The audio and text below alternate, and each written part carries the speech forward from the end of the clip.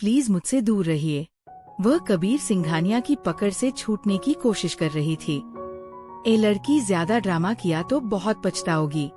मैं आज की रात के लिए पूरे पैसे दे चुका हूँ, इसलिए अब मुझे रोकने की कोशिश मत करना। कमरे में हल्की सी धुंधली रोशनी थी। कबीर सिंघानिया फिर किसी लड़की को लेकर आया था, बस अपने हवस के लिए। लेकिन पूरी रात वह लड़की दर्द से तड़पती रही और वह बार बार कहता रहा, जैसे तुम पहली बार किसी मर्द के पास आई हो, ऐसा नाटक कर रही हो। तेरा तो काम ही यही है। अपना काम खत्म करके कबीर बेफिक्र होकर सो गया। पर सुबह जब उसकी आँख खुली तो जैसे उसके पैरों तले जमीन खिसक गई। बिस्तर पर बिछी चादर उस लड़की के कुंवारेपन की गवाही दे रही थी, जबकि वह पहले भी कई बार उसके साथ रात बिता चुका था। उसे समझ नहीं आया ये क्या हुआ है। वह लड़की कमरे में नहीं थी।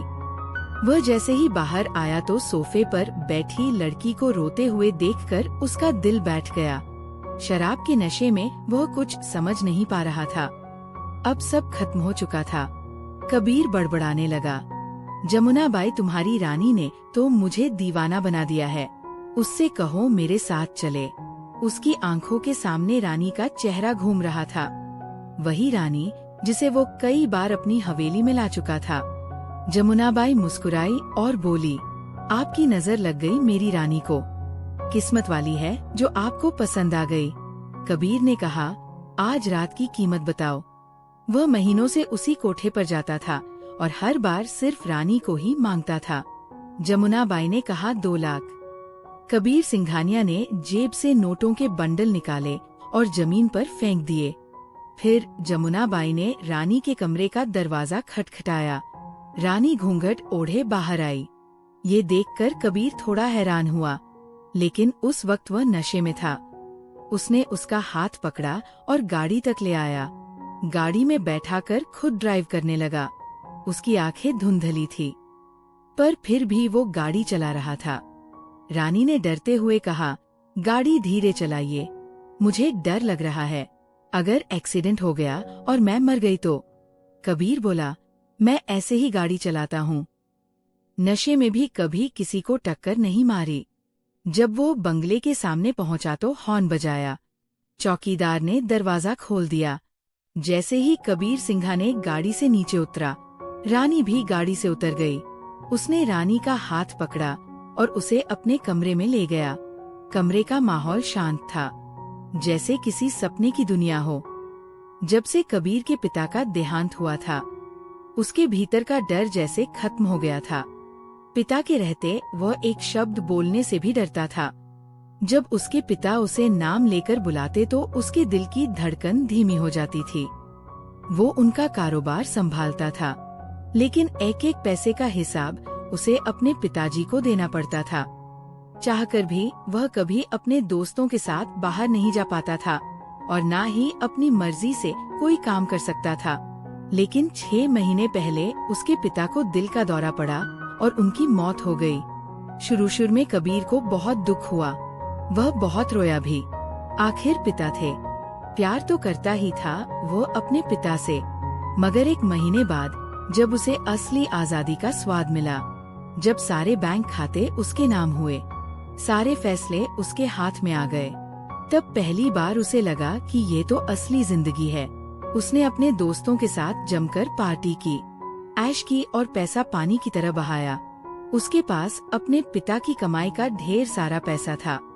जब दोस्तों को पता चला कि अब कबीर अकेले फैसले लेने लगा है, तो उन्होंने उसे कोठी का रास्ता दिखाया। पहली बार जब वो रानी के पास गया था तो उसके लिए बहुत मुश्किल था, क्योंकि उसने आज तक किसी लड़की को ठीक से देखा तक नहीं था। पिता की सख्त निगरानी के नीचे वो किसी लड़की की और देखने की हिम्मत तक नहीं कर सकता था। और अब जब पहली बार किसी लड़की के साथ एक ही कमरे में रात बितानी थी, तो एक मर्द होकर भी वह बहुत घबराया हुआ था। लेकिन रानी ने उसकी सारी झिझक पहली रात में ही खत्म कर दी थी। उसने कबीर को समझाया, संभाला और उसका डर दूर कर दिया। रानी के बाद भी उसके पास कई मौके आए, मगर वो कभी किसी और लड़के के पास नहीं गया या यूं कहे कि उसके अंदर उतना साहस ही नहीं था। अपना बिजनेस वो बहुत अच्छे से संभालता था। उसके पिता ने उसे अच्छी ट्रेनिंग दी थी। कबीर अपने काम में कभी कोई लापरवाही नहीं करता था। शादी का उसका कोई इरादा नहीं था, क्योंकि अभी तो उसने जिंदगी जीना शुरू किया था। उसका मन बस यही चाहता था कि वह अपनी जिंदगी को खुलकर जिए। पिता ने उसे हमेशा सही गलत पुण्य पाप के दायरे में बांध कर रखा था, लेकिन अब जब उसे आजादी मिली थी तो उसे किसी भी बात की परवाह नहीं थी, ना कि यह कि क्या पाप है और क्या पुण्य। लेकिन आज की सुबह ने उसका सब कुछ हिलाकर रख दिया था। कल रात रानी का बर्ताव कुछ अलग था। आमतौर पर वह कभी भी कबीर को नहीं रोकती थी, हमेशा उसका पूरा साथ देती थी, लेकिन इस बार उसका विरोध साफ दिख रहा था। कबीर जितना जिद करता वो उतना ही पीछे हटती। वो बार बार यही कह रही थी, मुझे मत छुइए, पीछे हटिए। कबीर को गुस्सा आ रहा था। वो सोच रहा था ऐसा तो पहले कभी नहीं हुआ, तो अब क्यों इतना नाटक कर रही है। वो तो सुकून की तलाश में उसे यहाँ लाया था, ना कि बहस और झगड़ा करने के लिए। लेकिन जब सुबह उसकी आँख खुली और बिस्तर की चादर पर नजर पड़ी तो उसकी हालत खराब हो गई। जो उसने देखा वो यकीन करने लायक नहीं था। उसका दिमाग चकरा गया। वह तेजी से कमरे से बाहर निकला और जैसे ही बाहर आया तो वो पूरी तरह हैरान रह गया। सामने रानी नहीं, कोई और ही लड़की थी। वो बहुत ही कम उम्र की थी, बस 18 से 19 साल की। उसके बाल गीले थे। वो बार बार नजरें चुरा रही थी और उस वक्त वो नाइट सूट पहने हुए थी। कबीर उसके पास आया और पूछा, तुम कौन हो? लड़की बोली, आप ही मुझे अपने साथ लेकर आए थे। कबीर चौंक गया। मैं तो रानी को लेकर आया था। लड़की बोली, रानी ने मुझे अपने कपड़े पहनाकर भेज दिया, वो खुद नहीं आना चाहती थी। लड़की अब भी बार बार नजरें झुका रही थी। कबीर का दिमाग घूम गया था। वो खुद को समझाने की कोशिश कर रहा था कि ये सपना नहीं है, जो सामने था वो हकीकत थी। और सच ये था कि वह लड़की रानी से भी ज्यादा खूबसूरत थी। वो बुदबुदाया, जमुना बाई ने तो बताया ही नहीं कि कोई कुंवारी लड़की भी वहाँ आ गई है। आमतौर पर तो वो ऐसे मामले में बहुत ज्यादा पैसे लेती है। तभी वह लड़की बोली, देखिए मैं उस तरह की लड़की नहीं हूँ। कबीर उसकी बात सुन भी रहा था और एकटक उसे ऊपर से नीचे तक देख भी रहा था। उसे रात की बातें याद आ रही थी। बेशक वह शराब के नशे में था, लेकिन जब वह अपनी सारी दीवानगी उस पर लुटा रहा था, वो पल अब भी उसकी आंखों के सामने ताजा थे। कबीर चौंक कर बोला, अच्छा तो तुम कह रही हो कि तुम वैसी लड़की नहीं हो, तो फिर तुम कोठे पर क्या कर रही थी? और जब मैं तुम्हें वहाँ से गाड़ी में बिठाकर अपने घर ले आया तो उस वक्त तुमने कोई विरोध क्यों नहीं किया? आमतौर पर जब किसी लड़की को जबरदस्ती कहीं ले जाया जाता है तो वह चिल्लाती है, लड़ती है, रोती है, लेकिन तुम तो आराम से मेरे साथ बैठकर चली आए। रात को भी तुमने कोई खास विरोध नहीं किया। अब मेरे सामने मासूम बनने का नाटक मत करो। कबीर की बात सुनकर सरस सहम गई। उसकी आंखों में आंसू भर आए। वह रो पड़ी। कबीर थोड़ा दूर जाकर सोफे पर बैठ गया। सरोज बोली, प्लीज मुझे बचा लीजिए, मैं सच कह रही हूँ। मैं बहुत डर गई थी। मुझे समझ नहीं आ रहा था कि मैं कैसे रिएक्ट करूं, और आपने रात भर मेरे साथ जो किया, आपने मेरी इज्जत को रौंद डाला। अब वो बच्चों की तरह बिलक बिलक कर रो रही थी। उसकी हालत देखकर कबीर थोड़ा असहज हो गया। उसके चेहरे से लग रहा था कि यह लड़की वैसी नहीं है जैसा उसने सोचा था। कबीर खुद उलझन में पड़ गया। उसे समझ नहीं आ रहा था कि इस लड़की से कैसे बात करें, कैसे उसे समझाएं। वो धीरे से बोला, तुम यहाँ कैसे पहुँचे? लड़की बोली, मैं घर से भाग गई थी। कबीर ने सामने रखे सिगरेट के पैकेट से एक सिगरेट निकाली, उसे होठों में दबाया और लाइटर से जलाकर एक गहरा कश लिया। फिर बोला, ओ अच्छा, तो फिर वही कहानी, किसी लड़के से प्यार की, फिर वह तुम्हें धोखा देकर छोड़ गया, या शायद पैसों के लिए कोठे पर छोड़ गया। ये सब सुन सुनकर मैं थक गया हूँ। धुआं हवा में छोड़ते हुए उसने उसकी तरफ देखा। लड़की जल्दी से बोली, नहीं नहीं, मैं किसी से प्यार व्यार नहीं करती थी। मैं अपने चाचा के पास रहती थी। माँ बाप का देहांत हो गया था। चाचा मेरी शादी एक बूढ़े आदमी से करना चाहते थे, लेकिन मैं तो पहले से ही शादीशुदा हूँ। ये सुनते ही कबीर चौंक गया। उसने फिर गौर से उसकी ओर देखा और कहा, तुम पहले से ही शादीशुदा हो? मुझे यकीन नहीं होता। लड़की बोली, मैं कह रही हूँ ना, मैं शादीशुदा हूँ, तो आप मानते क्यों नहीं? कबीर ने फिर सिगरेट का कश लिया और पूछा, तो फिर अपने पति के पास क्यों नहीं रह रही हो? वो लड़की धीरे से बोली, मैं नहीं जानती कि मेरा पति कहाँ है, कौन है। उसी को ढूंढने के लिए तो मैं शहर आई थी। लेकिन जैसे ही शहर आई, जमुनाबाई की गाड़ी से टकरा गई। वो मुझे जबरदस्ती अपने कोठे पर ले गई। वो बहुत बुरी औरत है। बार बार मुझसे कहती थी, यहाँ के तौर तरीके सीख लो, पर मैं ये सब कर ही नहीं सकती थी। उसकी आंखें भर आई। मैंने उसे बताया भी था कि मैं अपने पति को ढूंढने आई हूँ, लेकिन उसने मेरी एक ना सुनी। हाँ, रानी अच्छी लड़की है। मैं 2 दिन से रोती रही और रानी के ही कमरे में छिपी रही। वो रुकी, फिर कहने लगी, जब आपने रानी का सौदा किया तो रानी बोली, ये लड़का अच्छा है, ये तुम्हारी मदद करेगा। ऐसा करो, मेरे कपड़े पहन लो और उसके साथ चली जाओ। पर आपने तो मेरी कोई बात सुनी ही नहीं। उसकी आवाज टूटने लगी। आपने मेरी जिंदगी बर्बाद कर दी।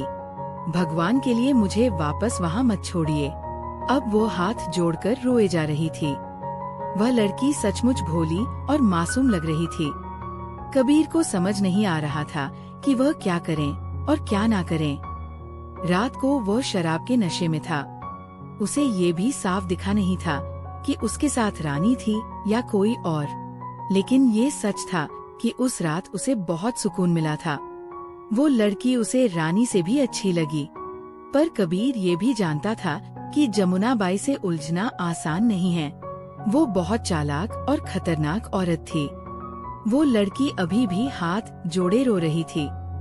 मुझे वहाँ मत छोड़िए, मैं आपके घर में काम कर लूंगी। झाड़ू पोछा, खाना बनाना, कपड़े धोना सब कुछ कर लूंगी। बस मुझे वापस मत भेजिए। ना जाने क्यों कबीर को उस पर तरस आ गया। उसी वक्त उसके मोबाइल पर जमुनाबाई का फोन आया, जैसे उसे पहले से ही सब पता हो। वह बोली, गलती से दूसरी लड़की आपके पास पहुंच गई थी, उसे वापस छोड़ाइए। वैसे तो मैं इसकी 6 लाख लेने वाली थी, क्योंकि वो पूरी तरह कुंवारी है, लेकिन जब आपके साथ सौदा तय हो गया था, इसलिए मैं अब ज्यादा नहीं मांगूंगी। जैसे उसे इस बात का अफसोस हो रहा हो। कबीर ने गहरी सांस ली और कहा, देखो, मुझे ये लड़की पसंद आ गई है, इसकी कीमत बता दो, मैं इसे खरीदना चाहता हूँ। जमुनाबाई गुस्से में बोली, लेकिन मैं इसे बेचना नहीं चाहती। अभी तो इसकी उम्र ही क्या है, पूरा जवानी का दौर पड़ा है उसके सामने। जौनाबाई ने गुस्से में कहा, आप मेरी लड़की को वापस छोड़ाइए। लेकिन कबीरा पहले जैसा नहीं था। उसने ठंडे लहजे में जवाब दिया, वो लड़की खुद मुझे बता चुकी है कि वो तुम्हारी गाड़ी से टकरा गई थी। अगर मैं चाहूँ तो पुलिस को सब कुछ बता सकता हूँ, और वो खुद भी अब तुम्हारे पास नहीं रहना चाहती। ऐसे में तुम्हारे खिलाफ केस बन सकता है। कबीर के तेवर देख जमुनाबाई का चेहरा उतर गया। वह डर गई थी। वो बोली, नहीं, प्लीज मुझ पर केस मत करना। ऐसा करो, वो लड़की तुम्हारे पास ही रहने दो। वैसे भी मेरी किसी काम की नहीं है। जब से आई है दिमाग खराब करके रख दिया है उसने मेरा। हर वक्त रोती रहती है। कोठे का माहौल बिगाड़ दिया है उसने। मुस्कुराकर कबीर ने कॉल काट दी। फिर लड़की से पूछा, क्या क्या काम कर लेती हो? वो बोली, सब कुछ आता है साहब। बर्तन मांज लेती हूँ, खाना बना लेती हूँ, झाड़ू पोछा भी कर सकती हो। कबीर बोला, देखो, झाड़ू पोछा करने के लिए तो नौकरानी आती है, लेकिन वो खाना अच्छा नहीं बनाती। तुम खाना बना दिया करो और बर्तन भी धो दिया करो। वह सिर हिलाकर बोली, ठीक है साहब, जैसा आप कहे। बस एक बात कहो, क्या आप मेरे पति को ढूंढ देंगे? कबीर थोड़ा चौंका। ठीक है, नाम पता कुछ है उसका वो धीरे से बोली, नहीं नाम तो नहीं पता, बहुत साल पहले मेरी उससे शादी हो गई थी। मैंने ना उनको देखा है ना उनका नाम मुझे पता है। अच्छा कोई पता गाँव इलाका नहीं वो भी नहीं पता। तस्वीर मैंने तो कभी उसे देखा ही नहीं। कैसे दूं तस्वीर? मुझे तो पता ही नहीं वो कैसा दिखता है। कबीर हैरान रह गया। उसे उस लड़की की मासूमियत पर अफसोस हो रहा था। मतलब तुम्हें ये तक पता नहीं कि तुम्हारी शादी किससे हुई थी? ना नाम, ना चेहरा, ना पता, कुछ भी जानकारी नहीं है। और उसे ढूंढने शहर चली आई। ये सुनकर लड़की की आंखों से फिर से आंसू निकल पड़े। वो बोली, मैंने बताया तो था, मेरी चाची जबरदस्ती मेरी शादी करवा रही थी, वह भी एक बुढ़े से। मैं क्या करती? मजबूर होकर भाग आई। कबीर ने चिढ़कर कहा, अरे भागने से पहले पति का नाम पता तो ले आती। अब जिसे तुम खुद नहीं जानती उसे मैं कहाँ से ढूंढूं? खैर अभी के लिए खाना बना लो। ये कहकर वो उठकर अपने कमरे में चला गया, नहा धोकर तैयार हुआ और ऑफिस चला गया। रात को जब वापस लौटा तो फ्रेश होकर जब कबीर टेबल पर बैठा तो उस लड़की ने बिरयानी और ना जाने क्या क्या परोस दिया था। कबीर बहुत खुश हुआ। जैसे ही पहला निवाला खाया वो उसकी तारीफ किए बिना रह नहीं सका। कबीर कहने लगा, तुम्हारे हाथों में तो जादू है। सरोज भी बहुत खुश हुई। वो मुस्कुराते हुए बोली, ये तो कुछ भी नहीं है, मुझे तो इससे भी ज्यादा अच्छी अच्छी चीजें बनानी आती है। कबीर ने कहा, फिर तो रोज ऐसे ही खाना बनाना पड़ेगा। वह बोली, ठीक है, लेकिन कबीर ने पूछा, क्या लेकिन? वह बोली, आप मुझे थोड़ी सी तनख्वाह दिया करें। ये सुनकर वो रुक गया। उसने हैरानी से पूछा, तुम्हें पैसे की क्या जरूरत है? वह बोली, मैं पैसे जमा करूंगी। अब पूरी जिंदगी मुझे आपके साथ थोड़ी ही रहना है। आप मेरे पति थोड़ी है, मुझे अपने बारे में भी सोचना है। सुना है शहर में काम करने से अच्छे पैसे मिलते हैं। कबीर ने कहा, तुम कहाँ से आई हो? वह बोली, गाँव से। उसने फिर पूछा, तुम्हारे गाँव का नाम क्या है? इस बार वह कुछ देर चुप रही, फिर किसी दूसरे गाँव का नाम बता दिया। कबीर ने उसका नाम पूछा तो वो बोली, मेरा नाम प्रिया है। उसने अपना असली नाम नहीं बताया क्योंकि उसे डर था कि कहीं उसके चाचा चाची उसे ढूंढते हुए यहाँ न पहुँच जाए। खाना खत्म होने के बाद कबीर ने कहा, इतना बड़ा घर है, तुम घर के अंदर ही किसी कमरे में सोया करो, क्वार्टर में मत सोया करो। और अगर कोई पूछे कि तुम कौन हो तो कह देना कि मेरी कजिन हो। ये सुनकर वो खुश हो गई। सामने गेस्ट रूम था, वो वही जाकर सो गई। अगले दिन जब कबीर ऑफिस जाने लगा तो वह बोली, सुनिए साहब। कबीर ने पूछा, क्या है? वह बोली, मेरे पास कपड़े नहीं हैं। अगर आपको बुरा ना लगे तो मेरी तनख्वाह में से मुझे कुछ एडवांस दे दीजिए या फिर मेरे लिए कपड़े ला दीजिए। आप मेरी तनख्वाह में से पैसे काट लेना। कबीर ने कहा, ठीक है, ऑफिस से लौटते वक्त तुम्हारे लिए कपड़े ले आता हूँ। रात को ऑफिस से लौटते वक्त कबीर ने उसके लिए सलवार सूट लाकर दे दिए। वो बहुत खुश हो गई थी। जितनी वह मासूम थी उतनी ही भोली भी थी। एक बार कपड़े प्रेस करने वाली नौकरानी ने छुट्टी ले ली थी। कबीर ने कहा, ऐसा करो, मेरे कपड़े प्रेस करके मेरे कमरे में रख देना, मैं नहाने जा रहा हूँ। वह बोली, जी साहब ठीक है। वो जैसे ही कपड़े प्रेस करके कमरे में आई, उसी वक्त कबीर भी नहाकर तौलिया लपेटे हुए बाहर आ गया। उसे तौलिया में देखकर वो घबरा गई। जल्दी से उसने अपनी आंखों पर हाथ रख लिया और बोली, मैंने कुछ नहीं देखा, सच में मैंने कुछ भी नहीं देखा। कबीर खुद भी थोड़ा हैरान था। उसने अपने कपड़े लेते हुए कहा, जाओ बाहर। वो आंखों पर हाथ रखकर ही दरवाजे की तरफ बढ़ी, लेकिन उसकी आंखें ढकी थी, इसलिए वो सीधे दरवाजे से टकरा गई। सिर में जोर से चोट लगी, लेकिन फिर भी उसने आंखें खोली। जल्दी से दरवाजा खोला और बाहर निकल गई। पागल, बेवकूफ, अंधी कहीं की। कबीर बड़बड़ाया। कुछ देर बाद जब वो कपड़े बदलकर बाहर आया तो वो नाश्ता लगा रही थी, लेकिन कबीर से नजरें नहीं मिला पा रही थी। कबीर ने चुपचाप नाश्ता किया और ऑफिस चला गया।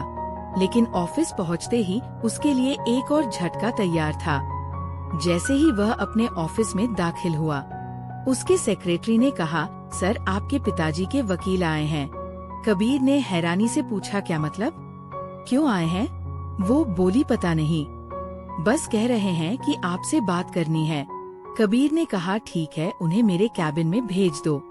जैसे ही वकील सामने कुर्सी पर बैठा, उसने बोलना शुरू किया, पिछले 4 महीने में आप 25 लाख रुपए बैंक से निकाल चुके हैं। कबीर के माथे पर बल पड़ गए। उसने तीखे स्वर में कहा, आप होते कौन हैं मुझसे ये पूछने वाले? वकील बोला, जहाँ तक मेरी जानकारी है, ये 25 लाख आपके बिजनेस में इन्वेस्ट नहीं हुए। कबीर को गुस्सा आ गया। वो बोला, आप मेरे मामलों में टांग अड़ाने वाले होते कौन हैं? वकील शांत स्वर में बोला, आपके पिताजी की वसीयत के अनुसार जितने पैसे आप खर्च कर चुके हैं, उससे ज्यादा आपको अपने अकाउंट से नहीं मिल सकते। ये सुनकर कबीर एकदम सीधा होकर बैठ गया और पूछा, क्या मतलब? मेरे बाप की वसीयत में क्या लिखा है? वकील ने कहा, कुछ साल पहले ही आपके पिताजी ने आपकी शादी अपने एक दोस्त की बेटी से कर दी थी और उन्होंने अपनी बाकी की सारी जायदाद उसी बहू के नाम कर दी है, जब तक वह आपके बैंक चेक पर साइन नहीं करेंगे। आप कोई भी अतिरिक्त रकम नहीं निकाल सकते। ये सुनकर कबीर के तो जैसे होश ही उड़ गए थे। आपको बाकी खर्चों के लिए पैसे नहीं मिल सकते और जो रकम आपके कारोबार में निवेश हुए हैं, वह भी आप नहीं निकाल सकते। वकील की इन बातों ने तो जैसे कबीर के सिर पर बम फोड़ दिया था। अब वो कहाँ से ढूंढे उस लड़की को? वह तो जिंदगी में बस एक ही बार उस गांव में गया था और अब तो उसके पास उसका कोई सुराग भी नहीं था। उसे ये समझ नहीं आ रहा था कि उसके पिता ने मरने के बाद भी उस पर इतनी सख्त पाबंदियां क्यों लगा दी थी। उसे याद आया कैसे उसने कुछ ही महीनों की जिंदगी ऐशो आराम से गुजारी थी और उन्हीं कुछ महीनों में पूरे 25 लाख रुपए उड़ाए थे। अब उसके पास कुछ भी नहीं बचा था। बहुत परेशान होकर वो घर लौट रहा था। उसे ये भी समझ नहीं आ रहा था कि अब क्या करें। इतने सारे नौकर जाकर रख लिए थे, उन्हें तनख्वाह कहाँ से देगा? क्योंकि जो भी आमदनी होती थी वो सीधे बैंक अकाउंट में जाती थी और अकाउंट भी उसी लड़की के साइन के बिना एक तरह से ताला बंद हो चुका था। वह लड़की जिसे उसने कभी नहीं देखा था और जो जबरदस्ती उसकी बीवी बना दी गई थी। वो घर पहुंचा और सरोज से बोला, ऐसा करो, मेरा सामान पैक कर दो, मुझे कहीं जाना है। सरोज ने चुपचाप उसका सामान पैक कर दिया। कबीर उसी गांव में जा पहुंचा, लेकिन जिस घर की तलाश में वह आया था वहाँ ताला लटका हुआ था। उसने आस पड़ोस वालों से पूछा, यहाँ के रहने वाले कहाँ गए? तो एक पड़ोसी ने बताया, जिन साहब का एक घर था उनका तो देहांत हो गया है और उनकी बेटी को उनके रिश्तेदार किसी और गांव ले गए। ये घर तब से यूं ही बंद पड़ा है, ना वह लड़की वापस आई, ना इस घर को किसी को बेचा, ना ही किराए पर दिया। उस लड़की को दोबारा किसी ने नहीं देखा। ये सुनकर कबीर अपना सिर पकड़कर वहीं बैठ गया। अब वह क्या करे? कहाँ से ढूंढे उस लड़की को? वापस लौटकर जब उसने वकील को ये सारी बात बताई तो वकील बोला, देखिए, कुछ भी करें, चाहे जैसे भी जहाँ से भी ढूंढे उस लड़की को खोजिए, वरना हालात बहुत खराब हो सकते हैं। कबीर ने एक गहरी सांस लेकर वकील की ओर देखा। वो जिस नजर से वकील को घूर रहा था, उसी तरह वकील भी उसे घूरते हुए बोला, कबीर साहब, ऐसे क्या घूर कर देख रहे हैं? क्या चल रहा है आपके इस चालाक दिमाग में? कबीर गहरी सांस छोड़ते हुए बोला, देखिए वकील साहब, मेरे पिताजी आज से 7 महीने पहले ही गुजर चुके हैं और ये प्रॉपर्टी सिर्फ मेरी है, क्योंकि मैं उनका इकलौता बेटा हूँ। और साफ लफ्जों में मैं आपको बता चुका हूँ कि मैं उस लड़की को ढूंढने गया था, मगर वह मुझे नहीं मिली। अब इतनी बड़ी दुनिया में मैं उसे कहाँ से ढूंढूं? आप मेरी बात सुनिए, हम एक डील करते हैं। वकील भी आराम से उसकी बातें सुन रहा था। वकील भव सिकुड़कर बोला, बोलो क्या डील करनी है? कबीर ने कहा,